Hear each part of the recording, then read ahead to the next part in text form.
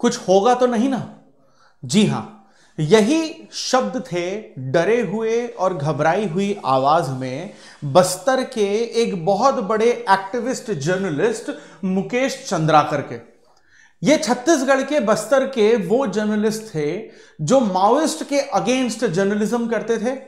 जो पुलिस अधिकारी और सरकार के लोग छत्तीसगढ़ में रहकर करप्शन करते थे, भ्रष्टाचार करते थे, उनके खिलाफ आवाज उठाते थे और ट्राइबल्स के फेवर में हमेशा बात किया करते थे। यानी कि ये जर्नलिस्ट मुकेश चंद्राकर हर वो काम करते थे जो एथिकली और उनकी ड्यूटी के हिसाब से पूरी तरीके से सही था। सही को सही कहते थे, गलत को गलत कहते थे और बिना किसी फिल्टर के ये कहते थे। लेकिन एक वक्त आया जब इनके आसपास के भ्रष्ट लोग और नक्सलाइट इनकी जो बेसिकली बेखौफ वाली जर्नलिज्म थी उससे डरने लगे और इन्हें धमकियां मिलने लगी। और इन्होंने जो शब्द कहे थे डर कर, घबरा कर, आसपास के पुलिस वालों को, लोगों को जिनको इन्होंने बताया था कि ऐसी ऐसी धमकियां मुझे मिल रही हैं, तो सरकार के ही लोगों ने इन्हें आश्वासन भी दिया था कि तुम अपना काम करते रहो, कुछ नहीं होगा। और इन्होंने कहा था कुछ होगा तो नहीं ना, लेकिन इनकी हत्या कर दी गई।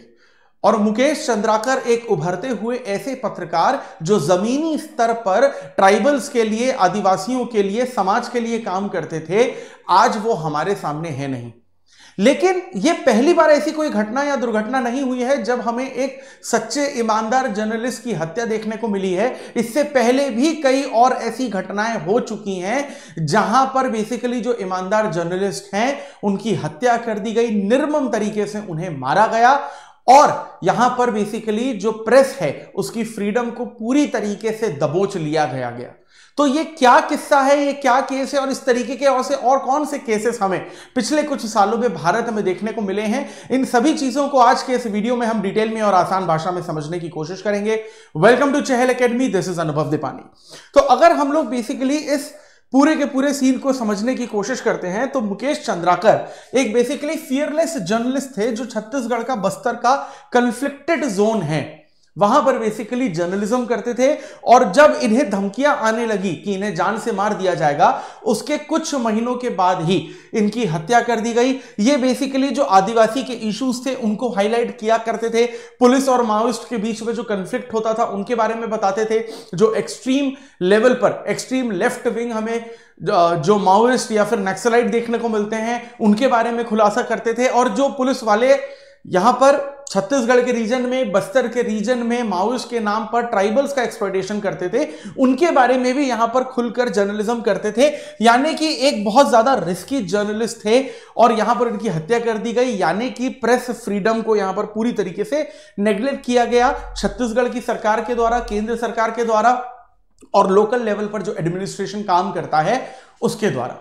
लेकिन ये इकलौता इस तरीके का केस नहीं है मुकेश चंद्राकर का जो हमें देखने को मिला है। इससे पहले भी अलग अलग तरीके के कई केसेस हमें देखने को मिले हैं। उदाहरण के तौर पर 2017 में अगर हम लोग गौरी लंकेश केस की बात करते हैं तो ये एक बहुत सीनियर जर्नलिस्ट थी और ये बेसिकली करप्शन के अगेंस्ट बहुत बड़ा अपना स्टेप लेती थी, कास्ट डिस्क्रिमिनेशन के अगेंस्ट बात करती थी, कम्युनल पॉलिटिक्स के अगेंस्ट बात करती थी। लेकिन इनके साथ भी, गौरीशंकर के साथ भी यही हुआ कि बेंगलोर में इनके घर के बाहर ही की गोली मारकर हत्या कर दी गई। इसके अलावा अगर हम लोग शुजात बुखारी की बात करें जो 2018 का हमें केस देखने को मिलता है, ये एक ऐसे इंडियन जर्नलिस्ट थे जो कश्मीर राइजिंग नाम का यहां पर एक न्यूज़पेपर निकालते थे और कश्मीर में, श्रीनगर में जो भी अलग अलग तरीके की दिक्कतें थी उनके बारे में यहां पर बेखौफ तरीके से बात करते थे। इनके साथ भी यही किया गया कि जब कश्मीर के वो लोग जो कश्मीर के खिलाफ काम कर रहे हैं, युवाओं को भड़का रहे हैं, भारत को अलग करना चाह रहे हैं, कश्मीर की समस्याओं के बारे में ये बात करती थी, उन लोगों का खुलासा करती थी जो कश्मीर को एक तरीके से बर्बाद करना चाह रहे थे, इन्हें भी धमकियां दी गई और इनकी भी बेसिकली डेथ हो गई। अब इसके अलावा नरेंद्र दाभोलकर की अगर हम लोग बात करें तो ये भी एक बेसिकली क्या है कि एंटी सुपरस्टिशन एक्टिविस्ट थे, इनका भी मर्डर कर दिया गया। ये भी बेसिकली करप्शन के अगेंस्ट की बात करते थे और अंधविश्वास की जो बेसिकली धारणा चलती है भारत देश में उसके खिलाफ बातचीत करते थे। यानी वो सभी जर्नलिस्ट जो पूरी तरीके से ईमानदारी से काम कर रहे थे इस देश में, एक एक करके सभी की निर्मम हत्या यहां पर कर दी गई। यानी कि इससे हमें यह समझ में आता है कि जो इंडिया में जर्नलिज्म है या जो प्रेस है उसकी फ्रीडम पूरी तरीके से धीरे धीरे धीरे करके खत्म कर दी जा रही है, जो गुनहगारों के साथ मिलकर, पुलिस के साथ मिलकर, सरकार और प्रशासन के साथ मिलकर अपनी पत्रकारिता निभाएगा, जिससे कि किसी भी बड़े व्यक्ति को, बड़े ऑर्गेनाइजेशन को, संगठन को नुकसान नहीं पहुंचेगा, वही जिंदा रहेगा और बाकी लोगों की वही हालत की जाएगी जो इन जर्नलिस्ट की गई है। यानी कि जो प्रेस फ्रीडम है वो पूरी तरीके से हमें खत्म होता दिखता है। इसका एक बहुत बड़ा एग्जांपल हमें वर्ल्ड प्रेस फ्रीडम इंडेक्स में भी देखने को मिलता है, जहां पर भारत की रैंक लगातार पिछले 10-11 सालों से गिरती ही जा रही है और 180 कंट्रीज में हमें रैंक जो है भारत की वो 159 पे आ चुकी है। यानी ऑलमोस्ट हम लोग बॉटम पे आ चुके हैं और ये हालत है दुनिया की सबसे बड़ी डेमोक्रेसी की, जहां पर राइट टू स्पीच हम लोग अपना फंडामेंटल राइट मानते हैं। यानी कि जब भी हम लोग आर्टिकल नंबर 19 की बात करते हैं तो आर्टिकल 19 का जो क्लॉज ए है वो freedom of speech and expression की बात करता है इंडियन सिटीजन के लिए। यानी कि ये एक तरीके से मौलिक अधिकार है। हां, इस बात से हम लोग पूरी तरीके से ताल्लुक रखते हैं कि जब कॉन्स्टिट्यूशन बना था तो कॉन्स्टिट्यूएंट असेंबली की डिबेट्स में डॉक्टर भीमराव अंबेडकर ने यह कहा था कि प्रेस के लिए एक अलग से हम लोग जो फ्रीडम ऑफ स्पीच है वो नहीं बनाएंगे, वो कॉन्स्टिट्यूशन में नहीं देंगे। लेकिन ऑब्वियस सी बात है कि अगर ब्रॉड लेवल पर इसका थोड़ा सा इंटरप्रिटेशन किया जाए तो आर्टिकल 19 क्लॉज ए में जो राइट टू स्पीच है वो सीधे सीधे तौर पर प्रेस फ्रीडम के लिए भी तो बात करता है। यानी कि जो प्रेस में काम कर रहे हैं, जो जर्नलिस्ट हैं, जो एडिटर हैं, जो लेख लिखते हैं, वो भी तो भारत के नागरिक ही हैं। तो जब भारत के बाकी आम लोगों को, नागरिकों को आर्टिकल 19 में फ्रीडम टू स्पीच दी गई है तो सीधी सी बात है कि जो जर्नलिस्ट हैं उनको भी तो यहां पर बेसिकली फ्रीडम ऑफ स्पीच दी ही जाएगी। अब यहां पर ये जो प्रेस फ्रीडम है, इसको यहां पर प्रेस फ्रीडम देना बहुत ज्यादा जरूरी है, क्योंकि देश में किसी भी तरीके के हालात क्यों ना हो, चाहे वो करप्शन का क्यों ना हो, चाहे गवर्नमेंट एक्शन गलत हो, गवर्नमेंट पॉलिसीज गलत हो, किसी भी तरीके से गलत तरीके से काम किया जा रहा है सरकार के द्वारा, प्रशासन के द्वारा, किसी प्राइवेट पर्सन के द्वारा भी, अगर वो कॉन्स्टिट्यूशन या देश के खिलाफ है तो सीधी सी बात है कि अगर प्रेस अपना काम ईमानदारी से करेगा तभी तो पूरी तरीके से ट्रांसपेरेंसी जो है वो यहां पर मेंटेन रहेगी। यानी कि जो बेसिकली जर्नलिज्म है या फिर जो प्रेस फ्रीडम है वो एक तरीके से सरकार पर सवाल उठाता है, उनकी पूरी तरीके से आलोचना करता है और अकाउंटेबिलिटी सरकार और प्रशासन की ही है, इस चीज के लिए अवेयरनेस देश में जगाता है। इसलिए प्रेस की फ्रीडम बहुत ज्यादा जरूरी है। यहां तक कि जब सरकार लोकतंत्र को खत्म करने पे आ जाती है तो आम आदमी के पास तो कोई बहुत बड़ी ताकत है नहीं कि वो अपने लोकतंत्र को बचाए। तो आम आदमी हमेशा जर्नलिज्म की तरफ देखता है, जर्नलिस्ट की तरफ देखता है, मीडिया की तरफ देखता है और मीडिया अपनी रिस्पॉन्सिबिलिटी निभाती है कि वो डेमोक्रेसी को पूरी तरीके से जिंदा रख सकती है। यानी कि बेसिकली आम आदमी जो सरकार को क्रिटिसाइज नहीं कर पा रहा है या फिर जो कम पढ़े लिखे लोग हैं उन्हें यह समझ में नहीं आ रहा है कि किस तरीके से नुकसान पहुंचा रही है सरकार उन्हें, इंटेंशनली, अनइंटेंशनली, डायरेक्टली, इनडायरेक्टली। ये जो बेसिकली आलोचना है ये मीडिया के द्वारा की जाती है और ये आलोचना तभी की जाएगी जब बेसिकली आप मीडिया को फ्रीडम देंगे ताकि वो डेमोक्रेसी को कंटिन्यूअसली जिंदा रख सके। इसके अलावा अगर आप Romesh Thapar versus state of Madras 1950 के एक्ट की भी बात करते हैं तो यहां पर सुप्रीम कोर्ट ने सीधे सीधे कहा है कि जो राइट टू स्पीच है, चाहे वो आम आदमी का हो चाहे वो मीडिया का हो, 1950 के केस की बात कर रहा हूं मैं, एकदम स्टार्टिंग ऑफ द केसेस की बात है ये, उसमें भी सुप्रीम कोर्ट ने कहा था कि जो राइट टू स्पीच है वो मीडिया का भी पूरी तरीके से फंडामेंटल राइट है, क्योंकि मीडिया अगर पूरी तरीके से फ्री रहेगी तो ह्यूमन राइट्स के भी वायलेशन अगर देश में किसी भी तरीके से हो रहे हैं तो उन ह्यूमन राइट्स के वायलेशन को भी मीडिया की आजादी से पूरी तरीके से रोका जा सकता है, क्योंकि वो देश के सामने आ सकते हैं। इसके अलावा पब्लिक डायलॉग को भी मीडिया इंकरेज करती है, क्योंकि मीडिया जो है वो सिर्फ अपनी बात नहीं कहती, मीडिया जो है वो आम लोगों की बात कहती है। चाहे वो बात सामाजिक हो, चाहे वो राजनीतिक रूप से बात की गई है, चाहे वो इकोनॉमिक रूप से बात की गई है, आम आदमी की जो परेशानियां हैं मीडिया के थ्रू ही सरकार तक पहुंचाई जाती है। यहां तक कि अगर हम लोग 2012 के निर्भया केस की भी बात करते हैं तो बेसिकली यहां पर नेशन वाइड जो वुमेन सेफ्टी की बात उठाई गई थी वो मीडिया के द्वारा ही सबसे ज्यादा उठाई गई थी, क्योंकि लोगों का जो प्रोटेस्ट था वो तो मीडिया के थ्रू ही देश और विदेश की सभी सरकारों तक पहुंचा था और उसी के बाद हमें बहुत सारे नए रिफॉर्म्स और कानून देखने को मिलते हैं। इसी से हमें समझ में आता है कि मीडिया की जो इंपॉर्टेंस है वो कितनी ज्यादा है।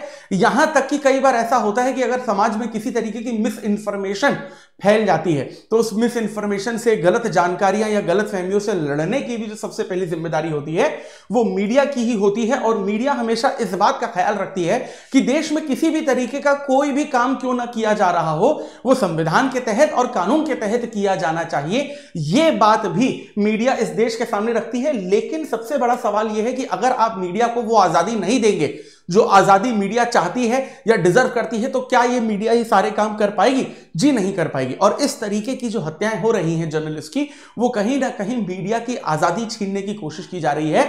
यानी मीडिया को एक तरीके से डायरेक्ट मैसेज दिया जा रहा है कि अगर हमारे खिलाफ बात करोगे तो जिंदा नहीं बचोगे, जिंदा रहना है तो हमारे अनुसार ही आपको चलना पड़ेगा इस देश में।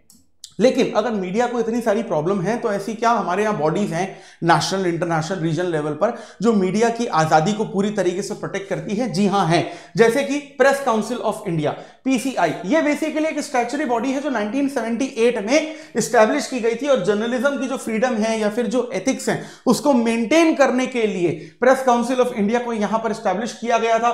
मिनिस्ट्री ऑफ इंफॉर्मेशन और ब्रॉडकास्टिंग की बात करते हैं तो मीडिया की जो पॉलिसीज है उनका फॉर्मुलेशन इस मिनिस्ट्री के द्वारा किया जाता है, और किसी भी तरीके से मीडिया की आजादी छीनी जाती है तो सबसे पहले यही वो मंत्रालय है जो जिम्मेदार होता है, और इसी मंत्रालय की जिम्मेदारी होती है कि वो मीडिया की आजादी को पूरी तरीके से बनाए रखें। वहीं अगर न्यूज ब्रॉडकास्टर एसोसिएशन यानी एनबीए की बात करते हैं तो ये जो प्राइवेट टीवी न्यूज में जो ब्रॉडकास्टिंग होते हैं उनके लिए ये रिस्पॉन्सिबल होते हैं, और टेलीविजन न्यूज में जिस भी तरीके की डिबेट होती है उनके एथिक्स और गाइडलाइंस जो एनबीए है वो डिसाइड करता है। इसके अलावा हमें देश में एडिटर गिल्ड्स ऑफ इंडिया भी देखने को मिलता है। ये एक एसोसिएशन है, इंडिया में जितने भी बेसिकली एडिटर काम कर रहे हैं, जर्नलिस्ट काम कर रहे हैं, उनका ये एसोसिएशन है, और जर्नलिस्ट पूरी आजादी से काम कर सके इस चीज की जागरूकता जो है वो बेसिकली ये particular editor guild of India जो है वो पूरे देश में फैलाता है। इसके अलावा अगर इंटरनेशनल लेवल पर हम लोग बात करते हैं तो रिपोर्टर्स विदाउट बॉर्डर, आरएसएफ का नाम जो है वो आपने सुना ही होगा, नॉन प्रॉफिट ऑर्गेनाइजेशन है, और देश ही नहीं विदेशों में भी, पूरी दुनिया में भी किस तरीके के अनएथिकल और डेमोक्रेसी के अगेंस्ट काम चल रहे हैं, ये बेसिकली रिपोर्टर्स विदाउट बॉर्डर्स जो है पूरी दुनिया को बताते हैं, जिसमें किसी एक देश के ही नहीं लेकिन दुनिया के अलग अलग देश के आपको पर्टिकुलर यहां पर जर्नलिस्ट देखने को मिलते हैं। लेकिन इस आजादी को आज हम देख रहे हैं कि छीना जा रहा है, क्योंकि प्रेस फ्रीडम इंडेक्स में तो भारत 180 देशों में 159 रैंक पर आ ही चुका है। यानी कि इस पर्टिकुलर मीडिया की आजादी के सामने हमें बहुत सारी रुकावटें और ऑब्स्टेकल्स देखने को मिलते हैं। उदाहरण के तौर पर जो गवर्नमेंट है वो बहुत ज्यादा कंट्रोल अप कर रही है मीडिया को, हम सभी को पता है ना। अलग अलग टाइप के जो गोदी मीडिया है, लेफ्ट मीडिया है, वो हमें देखने को मिलते हैं। हम सिर्फ यहां पर ये नहीं कह रहे हैं कि वही मीडिया की हम आलोचना कर रहे हैं जो अभी की सरकार के फेवर में, ऐसी भी मीडिया है जो बेसिकली क्या है कि सरकार के सिर्फ हमेशा अगेंस्ट भी होती है। यानी हमें बेसिकली चाहिए न्यूट्रल मीडिया जो सही को सही और गलत को गलत बताए। सरकार ने अच्छा किया तो तारीफ भी करे और गलत किया तो क्रिटिसाइज भी करे। तो हमें वो मीडिया भी नहीं चाहिए जो एकदम सरकार के तलवे ही चाट रही है, और हमें वो मीडिया भी नहीं चाहिए जो हर कदम पर सही चीज पर भी सरकार को यहां पर धुतकारने की कोशिश करती है। हमें वो न्यूट्रल मीडिया चाहिए। तो यहां पर गवर्नमेंट जो है वो बहुत ज्यादा कंट्रोल जो है वो लगा देती है। एग्जाम्पल के तौर पर 2020 में हमें दिल्ली में, नॉर्थ ईस्टर्न दिल्ली में हमें राइट्स देखने को मिले थे। बहुत सारी मीडिया पर्सन को यहां पर जाने भी नहीं दिया गया, एक तरीके से उन पर रोक लगा दी गई कि आप यहां पर जा नहीं सकते, यहां की रिपोर्टिंग नहीं कर सकते। ये बेसिकली क्या है कि मीडिया की फ्रीडम के अगेंस्ट काम हो रही है। इसके अलावा जर्नलिस्ट को किस तरीके से थ्रेट दिया जाता है, किस तरीके से बेसिकली क्या है हरासमेंट किया जाता है। उदाहरण के तौर पर विनोद वर्मा को 2017 में अरेस्ट कर लिया गया था सेक्स स्कैंडल के नाम पर। बाद में बेसिकली ये पता चला कि विनोद वर्मा जो है एक पॉलिटिशियन के पीछे पड़े हुए थे, और वो उस पॉलिटिशियन का जो भ्रष्टाचार है उसको उजागर करने की कोशिश कर रहे थे। इसलिए इस पर्टिकुलर रिपोर्टर की छवि को ही पूरी तरीके से खराब कर दिया गया कि ये रिपोर्टर कल के दिन कुछ भी बोले तो उसको किसी भी तरीके से यहां पर सही नहीं माना जाए। प्लस कॉर्पोरेट और पॉलिटिकल इन्फ्लुएंस जो है वो तो हमें बेसिकली देखने को मिलता ही है। एनडीटीवी का जो केस है सेंट्रल गवर्नमेंट से रिलेटेड 2016 का, हमें पता ही है, 1-2 दिन के लिए एनडीटीवी को पूरी तरीके से ब्लॉक कर दिया गया था। कॉर्पोरेट जो है वो बेसिकली प्रेशर बनाते हैं। अभी कुछ टाइम पहले ही हमने देखा था कि इंडिया के जो बहुत बड़े बिजनेसमैन हैं जो अमीरी के नाम पर देश में पहले दूसरे नंबर पर आते रहते हैं, उन्होंने भी एनडीटीवी के एक बहुत बड़े शेयर जो है वो खरीद लिए। उस चक्कर में जो एनडीटीवी के एक बहुत बड़े रिपोर्टर थे जिनकी बहुत बड़ी फैन फॉलोइंग है, रवीश कुमार जिनका नाम है, उनको यहां पर रिजाइन करना पड़ गया था, क्योंकि अब उनको लगा कि यहां पर एक बिजनेस ग्रुप की एंट्री हो चुकी है जो सेंट्रल गवर्नमेंट से डायरेक्टली कनेक्टेड है, तो हम अपने हिसाब से यहां पर बेहतर तरीके से काम नहीं कर सकते। प्लस फेक न्यूज फैलाई जाती है, पेड न्यूज यहां पर दी जाती है, एडवर्टाइजमेंट दी जाती है। यानी सरकार को जब मीडिया को कंट्रोल करना होता है तो सरकार जो है वो मीडिया को यह बोलती है कि हम तुम्हें एडवर्टाइजमेंट तभी देंगे, हम तुम्हें पैसा तभी देंगे, तुम्हारी कमाई तभी होगी जब तुम हमारे फेवर में बात करोगे। और जो मीडिया ग्रुप, जो प्राइवेट चैनल यहां पर किसी भी तरीके से सरकार की आलोचना करता है, उनको एडवर्टाइजमेंट नहीं दी जाती, यानी उनकी जो उनका फाइनेंशियल बैकबोन है उनको तोड़ के रख दिया जाता है। ये चीज यहां पर की जाती है, यानी कि करप्शन जो है सरकार और कॉर्पोरेट के द्वारा मीडिया में भी फैलाया जाता है। लेकिन इस करप्शन को कैसे रोका जाए? कानून तो उसके लिए भी बनाए गए हैं, लेकिन जमीनी स्तर पर हमें वो लागू होते नहीं दिखते हैं। उदाहरण के तौर पर हमें anti corruption of India act, prevention of corruption act 1988 basically हमें देखने को मिलता है, जिसमें सारे के सारे जो पब्लिक सर्वेंट्स हैं, चाहे वो ब्राइब दे रहे हो या फिर ब्राइब रिसीव कर रहे हो, ठीक है, रिश्वत लेने वाला, रिश्वत देने वाला, दोनों के दोनों इसमें इन्वॉल्व किया जाता है। लोकपाल और लोकायुक्त एक्ट 2013 में लाया गया था, जिसमें करप्शन रोकने की कोशिश की गई थी। जो आपको याद होगा कि इंडिया अगेंस्ट करप्शन जो अन्ना हजारे ने मूवमेंट चलाया था, उस पूरे मूवमेंट के बाद यहां पर हम लोग देखते हैं कि ये इंप्लीमेंट हुआ था। राइट टू इंफॉर्मेशन एक्ट 2005 में लाया गया था। बाद में ये बोला गया कि इसको फंडामेंटल राइट भी इंक्लूड किया जाएगा, और किया भी गया था, ताकि ट्रांसपेरेंसी जो है वो पूरी तरीके से यहां पर बनी रहे। बेनामी ट्रांजैक्शन प्रोहिबिशन एक्ट 1988 का भी हम लोग देखते हैं कि जब बेसिकली जो प्रॉपर्टी का ट्रांजैक्शन है, ट्रांसफर है, किसी एक ऐसे आदमी के नाम पर कर दिया जाता है जिसके पास उतने पैसे ही नहीं है कि वो प्रॉपर्टी खरीद सके, या फिर मान लीजिए मेरे पास काला धन है और मैं आपके खिलाफ, आप मेरे कोई दोस्त हैं, आपके नाम पर मैं ट्रांसफर करवा देता हूं प्रॉपर्टी, और मैं बोलता हूं कि आपने प्रॉपर्टी खरीदी है। तो ये बेनामी जो बेसिकली प्रॉपर्टी एक्ट है, ये बेसिकली बनाया गया ताकि जो ब्लैक मनी का फ्लो है वो कंटिन्यूअसली यहां पर बना रहे। अब देखिए, मीडिया की अगर फ्रीडम को हमें दोबारा से यहां पर जिंदा करना है और मीडिया को इस बात की आजादी देनी है कि आप अपने हिसाब से काम करिए, तो सबसे पहली बात तो यह है कि जो लीगल प्रोटेक्शन है मीडिया के लोगों का, जैसे ऑफिशियल सीक्रेट एक्ट हो गया या फिर बेसिकली डिफेमेशन हो गया, इनको बेसिकली स्ट्रांग करना पड़ेगा। क्योंकि होता क्या है कि डिफेमेशन केस जो है वो जर्नलिस्ट के खिलाफ यूज किया जाता है, एक तरीके से हम कहें मिसयूज किया जाता है। तो इसको और ज्यादा बेसिकली क्या है, स्ट्रांग करने की जरूरत है, और राइट टू इंफॉर्मेशन जो है वो बेहतर तरीके से यहां पर हमें इंप्लीमेंट करने की जरूरत है। Plus combat with media and ownership concentration, यानी कि जो मीडिया की ओनरशिप है वो पॉलिटिक्स से और कॉर्पोरेट अफेयर से पूरी तरीके से दूर होनी चाहिए। यानी कि जो पॉलिटिशियंस हैं या फिर कॉर्पोरेट्स हैं, जो करोड़पति लोग हैं, अरबपति लोग हैं, जो अमीर लोग हैं, बिजनेस बड़े बड़े ग्रुप्स वाले हैं, वो बेसिकली मीडिया में जब एंटर करते हैं तो इस तरीके की प्रॉब्लम क्रिएट करते ही करते हैं। या और इसके अलावा कमिटीज जो है वो बननी चाहिए। उदाहरण के तौर पर अगर हम लोग जस्टिस JS वर्मा की यहां पर कमिटी देखते हैं, तो इन्होंने यहां पर रिकमेंड किया था कि भाई जो भी पर्सन कोई मीडिया में एडिटर बन रहा है, एंकर बन रहा है, किसी भी तरीके के बड़े छोटे रोल में है, उसकी पहले एथिकल वैल्यूज गाइडलाइन के हिसाब से यहां पर ट्रेनिंग होनी चाहिए कि वो किसी लालच, डर या भय के तहत आकर अपना जर्नलिज्म न करे। प्लस ज्यादा से ज्यादा अगर इंटरनेशनल सपोर्ट और कोलैबोरेशन भी आ सके तो उससे भी बेसिकली जो प्रेस की फ्रीडम है उसको बचाया जा सकता है। तो आप बताइए कमेंट सेक्शन में कि पिछले कुछ सालों में जो यहां पर निर्मम हत्याएं हुई हैं जर्नलिस्ट की, और अब जो बेसिकली हम लोग देख रहे हैं कि एक और हमें केस देखने को मिला है बस्तर के एक ईमानदार जर्नलिस्ट का, इस पर सरकार को क्या कदम उठाने चाहिए और सरकार इस पर अब तक क्यों कदम नहीं उठा रही है, क्या कारण है, इसके कमेंट सेक्शन में जरूर बताइएगा।